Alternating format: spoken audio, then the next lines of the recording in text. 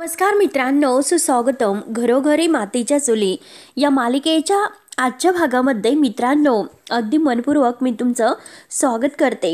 आजच्या भागामध्ये आता ऋषिकेश जेव्हा ह्या मकरंदकडे आलेला असतो त्याच्या ऑफिसमध्ये, तर मकरंद मात्र आता जानकी समोर ऋषिकेशला विचारतो की तुम्ही हा इव्हेंट आहे तर कोणत्या तरी पतसंस्थेच्या नावाखाली करतात।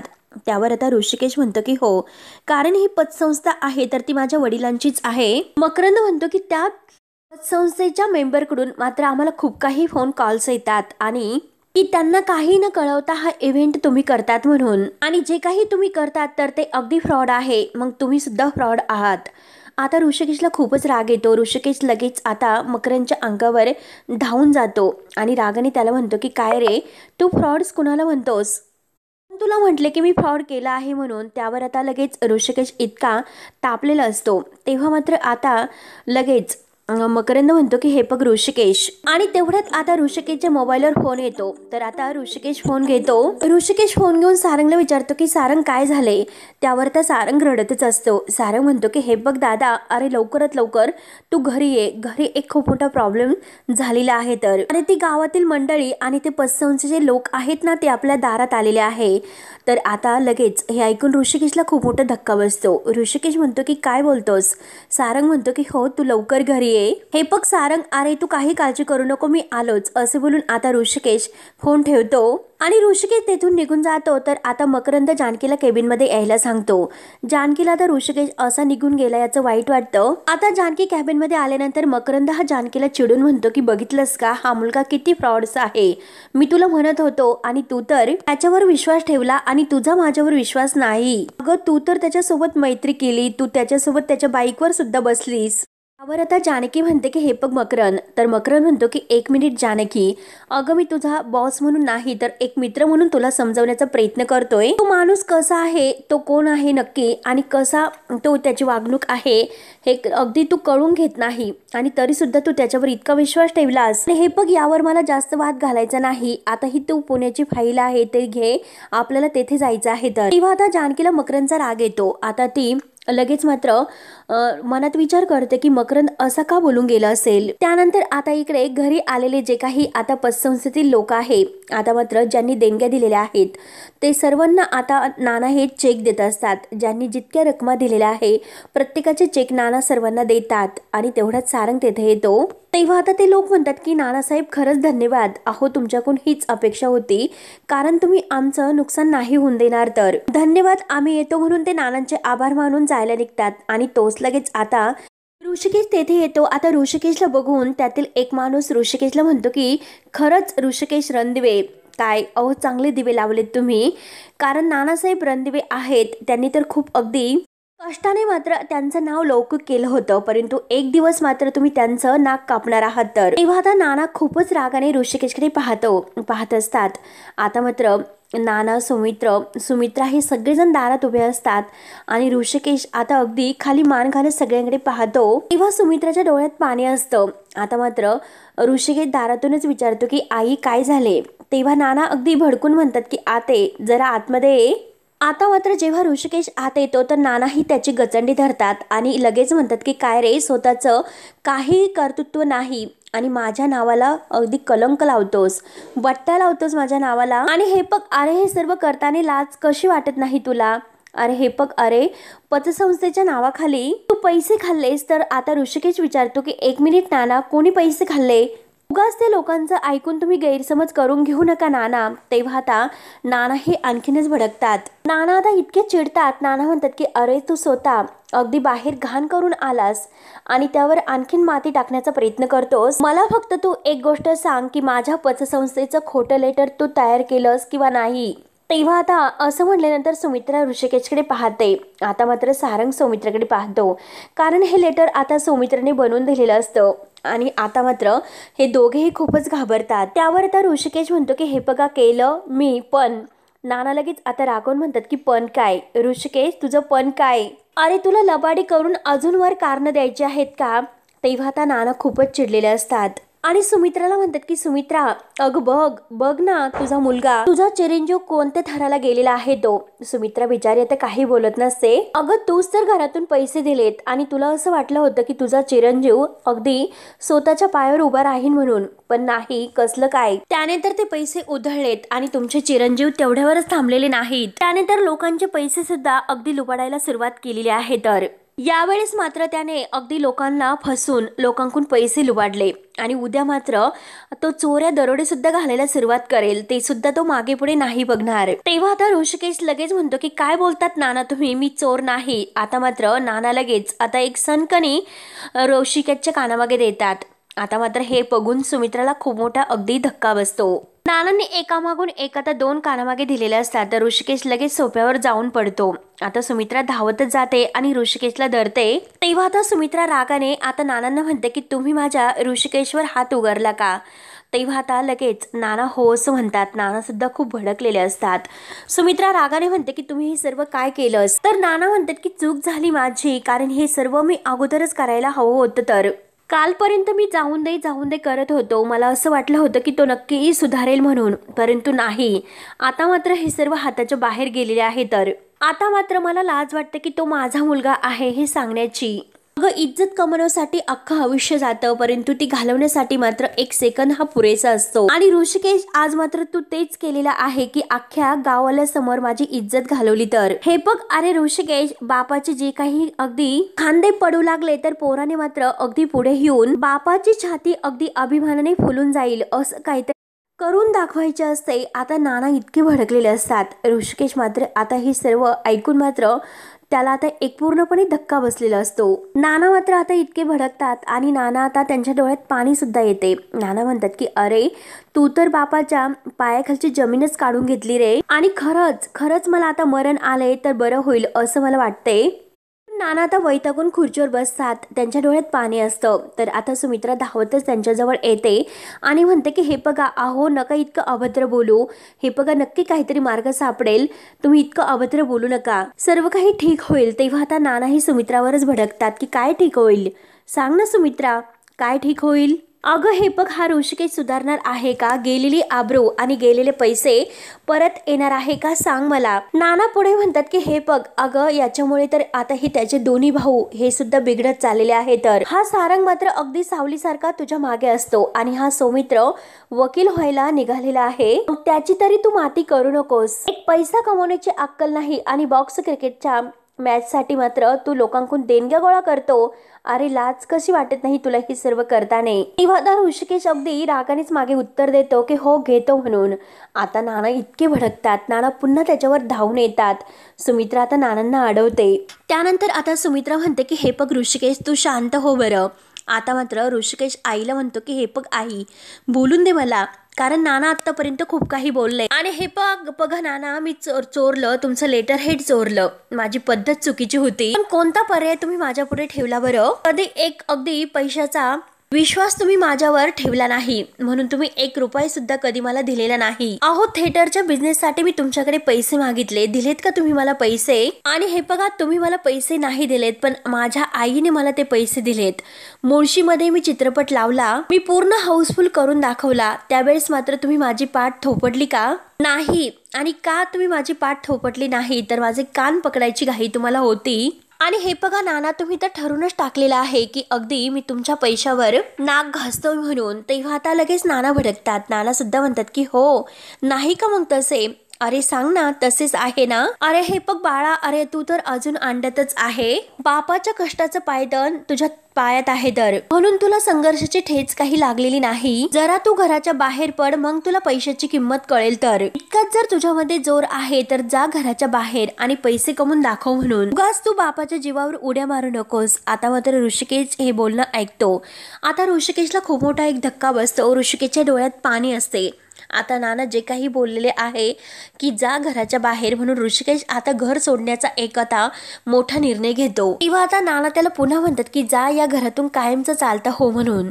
तेव्हा आता ऋषिकेश म्हणतो की जातोय. आता हे म्हटल्यानंतर आता लगेच सुमित्राला खूप मोठा एक धक्का बसतो. आता सुमित्रा रागाने नानांना म्हणते की अहो काय बोलतात तुम्ही हे सर्व, तुम्ही माझ्या ऋषिकेशला घराच्या बाहेर जायला सांगणार का? तेव्हा आता नाना म्हणतात की हो, कारण दुसऱ्याच्या पैशावर हा श्रीमंत होण्याची स्वप्न पाहणार आहेत का? आणि हे बघ, त्यापेक्षा अगदी स्वतः मेहनत कर आणि पैसा कमव. अरे एक पैसा कमवण्याची हिंमत तुझ्यामध्ये नाही, सांग ना आहे का हिंमत तुझ्यामध्ये? असे आता ऋषिकेशला ते प्रश्न विचारत असतात. ऋषिकेशचा स्वाभिमान दुखावलेला गेले असतो. तो आता या घरात अगदी राहण्याचं ठरवत नाही आणि जाताना तो नानांना म्हणतो की ह्या ऋषिकेशमध्ये हिंमत सुद्धा आहेत आणि अक्कल सुद्धा आहे आणि आज तुम्ही मला चॅलेंज देता तर आज हे तुमचं चॅलेंज मी स्वीकारतो आणि ते पूर्ण करून दाखवतो. आज मात्र लोकांना जितके पैसे तुम्ही दिलेले आहेत तितके सगळे पैसे मी माझ्या मेहनतीवर कमवून दाखवेल, तर त्याशिवाय मी घरामध्ये पाऊल ठेवणार नाही, हा माझा शब्द आहे. असे बोलून आता ऋषिकेश जाण्याचं ठरवतो. तर सुमित्राला एक खूप मोठा धक्का बसतो आणि सारंग सौमित्र यांना सुद्धा. तेव्हा आता सारंग लगेच रडतच म्हणतो की नाना प्लीज दादाला थांबवा, प्लीज त्याला यावेळेस माफ करा. सौमित्र सुद्धा म्हणतो की हो दादा, हो नाना प्लीज तुम्ही यावेळेस ऐका, ऋषिकेश दादाला माफ करा. सुमित्रा सुद्धा आता रडत असते. सुमित्रा सुद्धा नानांच्या खूप विनवण्या करते की अहो हे बघा तो जातोय, त्याला घरातून जाऊन देऊ नका. अहो ऋषिकेश आपल्या काळजाचा तुकडा आहे, प्लीज त्याला थांबवा, त्याला जाऊन देऊ नका, त्याला असं वाऱ्यावर सोडू नका. तेव्हा आता नाना हे सुमित्रावर खूप भडकतात. सुमित्राला म्हणतात की सुमित्रा आणि हे बघ आवर स्वतःला, जर तुझ्या पोराला काहीतरी करायचं तुला बघायचं असेल तर मात्र तुझ्यातील जी काही आईची माया आहे तर ती जरा बाजूला ठेव आणि मग बघूयात की तो काय दिवे लावतो ते. सारंग सुद्धा आता रडत असतो आणि सौमित्र सुद्धा. मात्र आता लगेच सुमित्रा धावतच ऋषिकेशकडे रूममध्ये जाते. त्यानंतर आता इकडे मकरंद आणि जानकी बाहेर कुठेतरी कामासाठी जायला निघतात आणि त्याच वेळेस गाडीचा टायर हा पंक्चर असतो. आता लगेच मकरंद म्हणतो की अरे रे, ह्याच वेळेस मात्र हा टायर पंक्चर व्हायचा होता का?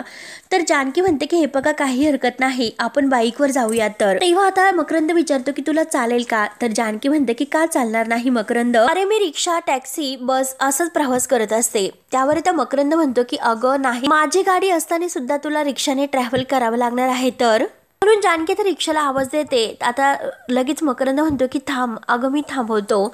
म्हणून आता दोघेही रिक्षावाल्याला आवाज देतात. तेवढ्यात रिक्षा त्यांच्या जवळ येते. आता जानकी रिक्षामध्ये बसणार तोच लगेच आता जानकी त्या रिक्षावाल्याचा चेहरा पाहते आणि हा तोच रिक्षावाला असतो की ज्याने जानकीला चुकीच्या ठिकाणी नेण्याचा प्रयत्न केलेला असतो.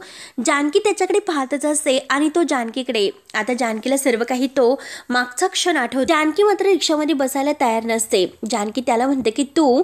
तेव्हा मकरंद म्हणतो की अगं बस ना. जानकी रागाने रिक्षावाल्याला म्हणते की तू. तेव्हा आता हा रिक्षावाला मात्र अगदी आपला गाल चोळत असतो आणि जानकी लगेच बाजूला होते. तर मकरंद त्या रिक्षावाल्याला थांबवतो आणि म्हणतो की जानकी काय झालं तू? तेव्हा जानकी म्हणते की हे बघ मला या रिक्षातून नाही जायचं. तेव्हा आता मकरंद विचारतो की अगं पण काय झालं ते तरी सांग. तेव्हा जानकी बाजूला जाऊन उभी राहते. त्यानंतर आता इकडे ऋषिकेश आपली बॅग भरतो कारण त्याला हे घर कायमचं सोडून जायचे असते. आता सुमित्रा तेथे येते. सुमित्रा म्हणते की ऋषिकेश, अरे ऋषिकेश कुठे निघालास? प्लीज तू असं जे काही आहे ते सोडून दे. नानांचा राग मनावर घेऊ नको. ते रागावून बोलले, अरे तू इतकं वाईट वाटून घेऊ नकोस आणि हे बघ अरे माझं ऐक, हे घर सोडू नकोस. मित्रा म्हणते की अरे हे बघ, अरे तू त्यांचं कशाला इतकं मनावर घेते? ते वडील आहेत तुझे, इतकं मनावर घेऊ नको. त्यावर आता ऋषिकेश म्हणतो की नाही आई, आज मात्र माझे वडील नाही तर नाना मला बोललेत. आज नानासाहेब बोललेले आहे आणि ते सुद्धा काळजामध्ये रुतणार. त्यामुळे काही नाही आई, मी आता इथे नाही थांबणार. म्हणून ऋषिकेश आता आपली बॅग भरत असतो. म्हणते की प्लीज, अरे ऋषिकेश माझं ऐकून घे. तर आता ऋषिकेश ऐकायला तयार नसतो आणि मला आता घरात राहून नाही तर बाहेर राहून काहीतरी करून दाखवायचं आहे. तर आता सुमित्रा अगदी जीव तोडून सांगत असते की ऋषिकेश, अरे तू आता हे सगळं काही घरी राहून सुद्धा करू शकतो, त्यासाठी घर सोडण्याची काय गरज आहे? त्यावर आता ऋषिकेश म्हणतो की नाही आई, आता किती काही झाले तरी माझी वाट आहे ना ती मला निवडावी लागेलच. प्लीज तू आई समजून घे. तेव्हा आता सुमित्रा बिचारी रडत असते आणि सुमित्रा रडत म्हणते की तुमच्या मुलांचं बरं आहे कारण तुम्हाला हवं तेव्हा तुम्ही लगेच आता वेगळं अगदी वाटणी घेऊ शकता. अरे पण आईचं काय? आईचा विचार कोणीही करत नाही. म्हणून सुमित्रा आता खूप रडत असते. ऋषिकेशला आता आईबद्दल खूप अशी माया असते आणि तो रडत असतो. सुमित्रा रडतच खाली बसते आणि म्हणते की आईने फक्त वाट बघायची आणि मुलाच्या येण्याची वाट बघतच राहायचं. मुलाची काळजी करायची। एवढंच ना, आता ऋषिकेशचे डोळे भरून येतात। तेव्हा आता ऋषिकेश आईजवळ बसतो आणि म्हणतो की आई हे बघ, तू रडू नकोस, प्लीज शांत हो बरं। आणि हे बघ आई, मला जाऊन दे, मी स्वतःची काळजी घेईन, मला काही होणार नाही। आणि हे बघ आई, नानांनी मला जे चॅलेंज दिलेलं आहे तर ते चॅलेंज मी पूर्ण करून दाखवणारच। आणि हे बघ आई, मी त्यांच्यासारखी मेहनत करू शकतो, हे सगळं काही अगदी करून दाखवू शकतो, मला सुद्धा त्यांच्यासारखं नाव कमवायचं आहे तर सर्व त्यांना दाखवून द्यायचे आहे। आज मात्र नानांना माझी लाज वाटते, परंतु एक दिवस मात्र ते अभिमानाने सांगतील की मी त्यांचा मुलगा आहे तर। आणि हे बघ आई, तुझा तर माझ्यावर विश्वास आहे ना? सुमित्रा रडतच म्हणते की हो ऋषिकेश, माझा पूर्ण तुझ्यावर विश्वास आहे।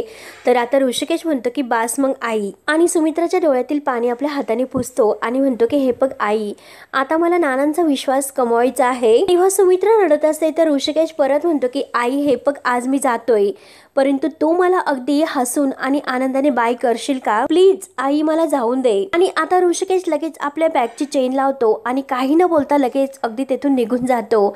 सुमित्रा म्हणत असते की ऋषिकेश, अरे नको जाऊ प्लीज, परंतु ऋषिकेश न ऐकता लगेच बाहेर येतो। सुमित्रा धावतच त्याच्या मागे आलेली असते, परंतु नाना तेथेच उभे असतात। आता ऋषिकेश खाली आल्यानंतर आता नाना लगेच रागाने आपली मान लगेच ओळवतात आणि ऋषिकेशकडे ते डोंकून सुद्धा पाहत नाही। आता ऋषिकेश जायला निघतो तर सुमित्रा आणि सारंग लगेच ऋषिकेशला आडवे होतात, त्याला अडवतात आणि म्हणतात की दादा हे बघ, तू जाऊ नकोस। सारंग खूप रडत असतो की अरे प्लीज दादा माझं ऐक ना, अरे नको जाऊस, मी एकटा पडेल या घरामध्ये प्लीज। म्हणून आता दोघेही खूप विनवण्या करतात। आता ऋषिकेश सारंगला म्हणतो की हे बघ, सौमित्र तुझ्या सोबत आहे, त्यामुळे जास्तीत जास्त वेळ तू त्याच्या सोबत घालव। काही जरी तुला बोलायचं असेल तर तू मात्र सौमित्राशी बोल, कारण कसे आहे की आता मात्र तू माझ्यासारखा वाया जाणार नाही, तू अगदी त्याच्यासारखा छान होशील, असे आता ऋषिकेश नानांकडे पाहत बोलत असतो। माझ्यासारखा वाया तू जाऊ नकोस, मी तर म्हणेल की सौमित्र सारखा हो सारंग। अरे माझे विचार, माझे संस्कार, माझं वागणं आणि बोलणं हळूहळू सगळं काही विसरून जा। तेव्हा आता सारंग खूप रडतच म्हणतो की नाही दादा प्लीज, तू असं बोलू नकोस, अरे मला माहिती आहे ना, तू खूप चांगला माणूस आहे, मला तुझ्यासारखंच व्हायचं आहे आणि दादा मला तुझ्या सोबतच राहायचं आहे तर। सौमित्र म्हणतो की हे बघ अरे दादा, आम्हाला पूर्ण विश्वास आहे की नानांना दिलेला शब्द तू नक्की पूर्ण करशील। तेव्हा आता ऋषिकेश म्हणतो की हो नक्की पूर्ण करणार, शेवटी रणदिव्यांचंच रक्त माझ्या अंगात आहे तर नानांनी दिलेलं चॅलेंज मी पूर्ण करणार म्हणजे करणारच। नाना अगदी ढोंकून सुद्धा ऋषिकेशकडे पाहत नाही, इतके ते भडकलेले। ऋषिकेश नानांच्या जवळ येतो आणि नानांना म्हणतो की नाना काळजी घ्या।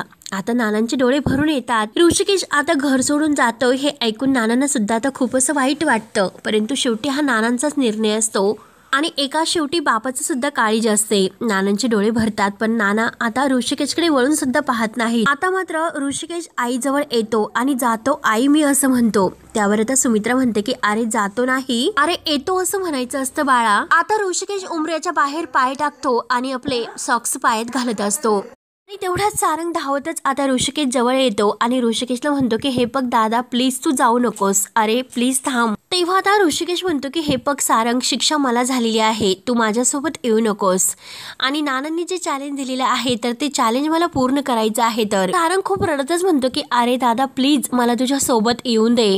तेव्हा आता ऋषिकेश म्हणतो की सारंग, अरे तू माझं इतकं सुद्धा नाही ऐकणार का? सारंग लगेच आता ऋषिकेशला घट्ट असे मिठी मारून खूप असा रडतो। सौमित्र सुद्धा आता खूप रडत असतो। आता ऋषिकेश त्यांना दोघांनाही घट्ट मिठी मारतो आणि काळजी घ्या असं दोघांना म्हणून त्यांच्या चेहऱ्यावरून प्रेमाचा हात फिरवतो आणि आता ऋषिकेश तेथून निघून जातो। नाना सुद्धा आता आपल्या डोळ्यातील पाणी पुसतात आणि रूम मध्ये निघून जातात। त्यानंतर आता इकडे जानकी आणि मकरंद बाहेर रिक्षाच्या उभे असतात। तेव्हा आता तो माणूस जानकीला म्हणतो की हे बघा, अहो मॅडम झालं गेलं विसरून जा, अहो चपलेने मार खाल्ल्यानंतर माझं डोकं ठिकाण्यावर आले, त्यामुळे मला माफ करा, असं नाही होणार पुन्हा। तेव्हा आता मकरंद जानकीला विचारतो की असं नाही होणार पुन्हा म्हणजे काय? त्यावर आता जानकी म्हणते की मकरंद जाऊन दे, आपण दुसरी रिक्षा बघूयात। तेव्हा लगेच आता मकरंद म्हणतो की हे बघ जानकी, तू मला सांग बरं याने काय केलेलं आहे? तेव्हा आता जानकी म्हणते की ज्याने माझी छेड काढली हा तर तोच रिक्षावाला आहे आणि त्याच वेळेस तेथे ऋषिकेश आला आणि मला असं वाटलं होतं की तो त्याला मारेल, परंतु त्याने माझ्यातील आत्मविश्वास जागा केला। तेव्हा मात्र आता जानकी घडलेला सर्व प्रकार सांगते आणि चप्पल घेऊन याला कितकं मारलेलं आहे असं सांगते। तर मकरंद आता खूपच भडकतो। मकरंद इतका रागावतो, लगेच आता त्या रिक्षावाल्याची गचंडी धरतो आणि त्याला बाहेर काढून खूप असा मारत असतो, तुझी हिंमतच कशी झाली? तेव्हा आता जानकी ही मकरंदला अडवण्याचा खूप प्रयत्न करते मकरंद काही ऐकायला तयारच नसतो. मकरंद आता समोरचा दगड आहे तर तो उचलतो. आता हा रिक्षावाला खाली पडलेला असतो. आता मात्र मकरंद दगड घेऊन त्याच्या अंगावर म्हणजे टाकणार. तोच लगेच आता हा रिक्षावाला जानकीला हात जोडतो आणि अगदी वाचवायला सांगतो. तेव्हा आता तो दगड टाकणार, तो जानकी पुढे येते आणि जानकी आडवी होऊन मकरंद असे जोरात ओरडते. जानकी म्हणते की मकरंद तू काय करतोस? अरे तू त्याला मारून टाकशील. अरे मकरंद काय करतोस तू? अरे तेव्हा आता मकरंद हा जागेवर येतो आणि तो हातातील दगड फेकून देतो. हा रिक्षावाला मात्र जानकीचे पाय धरतो आणि म्हणतो की हे बघा मॅडम, मला माफ करा, मी कधीही परत असं नाही करणार. तर तेव्हा मात्र आता जानकी त्याला जायला सांगते. तर आता तो माणूस घाबरतच निघून जातो, अगदी धावतच. तेव्हा आता जानकी मकरंदला म्हणते की मकरंद, अरे तू काय करतोस? ठिकाण्यावर आहे का? त्या माणसाचा तू जीव घेतला असता. अरे नक्की झाले काय तुला? तू चल बरं इथून. म्हणून जानकी त्याला अगदी तेथून घेऊन जात असते. आता दुसऱ्या रिक्षाला आवाज देते आणि आता रिक्षामध्ये बसून जानकी आणि मकरंद तेथे जायचं आहे तर तेथे निघून जातात. त्यानंतर आता इकडे सुमित्रा ऋषिकेशसाठी खूप रडत असते. नाना आता खुर्चीवर बसून त्यांना सुद्धा खूप टेन्शन येते. आता ऋषिकेशच्या आठवणी त्यांना आठवत असतात. सुमित्रा रडतच म्हणते की तुम्ही माझ्या ऋषिकेशला घराच्या बाहेर काढलं हे मला अजिबात आवडलेलं नाही. तर त्यावर आता नाना सुद्धा ओरडतात की मी काय करायला हवं होतं? सांग ना सुमित्रा, तूच सांग आता मी काय करायला हवं होतं. आणि हे बघ सुमित्रा, अगं आता त्याला त्याची चिंता करून दे. बाहेर पडल्याशिवाय आणि पोटाला अगदी पीळ बसल्याशिवाय त्याला काही अगदी अक्कल येणार नाही. तर पोटातील भूक मात्र भल्या भल्यांचं डोकंही ठिकाणावर आणत असते. तर सुमित्रा म्हणते की हे बघा, अहो अशाने काय होईल? तर तो ऋषिकेश तुमचा आणखीनच रागराग करेल. नाना आता चिडून म्हणतात की करून दे, त्याला जे करायचं असेल ते करून दे.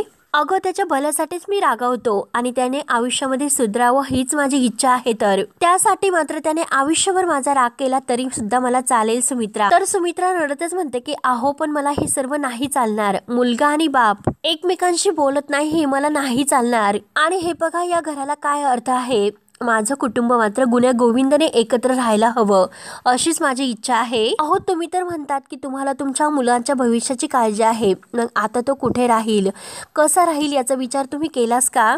नाना सुद्धा आता ओरडतात. नाना म्हणतात की सुमित्रा, अगं आपण आपल्या पोरांना आयुष्यभर पुरणार नाही ही गोष्ट लक्षात ठेव. आयुष्यभर जर तू त्याला पदराखाली तुझ्या ठेवलं तर मात्र तो कधीही सुधारणार नाही. त्याला सुद्धा आता त्याची काहीतरी वाट आहे तर ती शोधून दे. जर आयुष्यभर तू त्याला गोंजरत राहिली तर मात्र तो स्वतःच्या पायावर कधीही उभं राहू शकणार. म्हणून नाना आज जायला निघतात. तर सुमित्रा डोक्याला हात लावत म्हणते की धन्य आहे तुमची, आपल्या मुलाने स्वतःच्या पायावर उभं राहण्यासाठी तुम्ही त्याला घराच्या बाहेर काढतात. तर ही कोणती वागण्याची पद्धत झाली तुमची? तर नाना म्हणतात की अगं सुमित्रा, अगं पक्षी सुद्धा आता वेळ झाल्यानंतर आपल्या पिल्लांना घराच्या त्या घरट्याच्या बाहेर ढकलून देतात. का ते असं करतात? त्यांना उडता यावं, त्यांच्या पंखामध्ये बळ यावं यासाठीच ना. आणि हे बघ ऋषिकेशच्या बाबतीत मी तेच केलेलं आहे आणि तू सुद्धा तेच कर. तर आणि हे बघा या सगळ्यामध्ये जर माझ्या ऋषिकेशला काही झाले तर मात्र मी कधीही तुम्हाला माफ नाही करू शकणार. तेव्हा आता नाना खूपच चिडतात. नाना म्हणतात की हे बघा त्याचं नशीब आहे ना, ते त्याला जेथे न्यायचं आहे तेथे नेईल, तू कशाला इतकं टेन्शन घेतेस? तेव्हा आता सुमित्रा ऐकायला तयार नसते.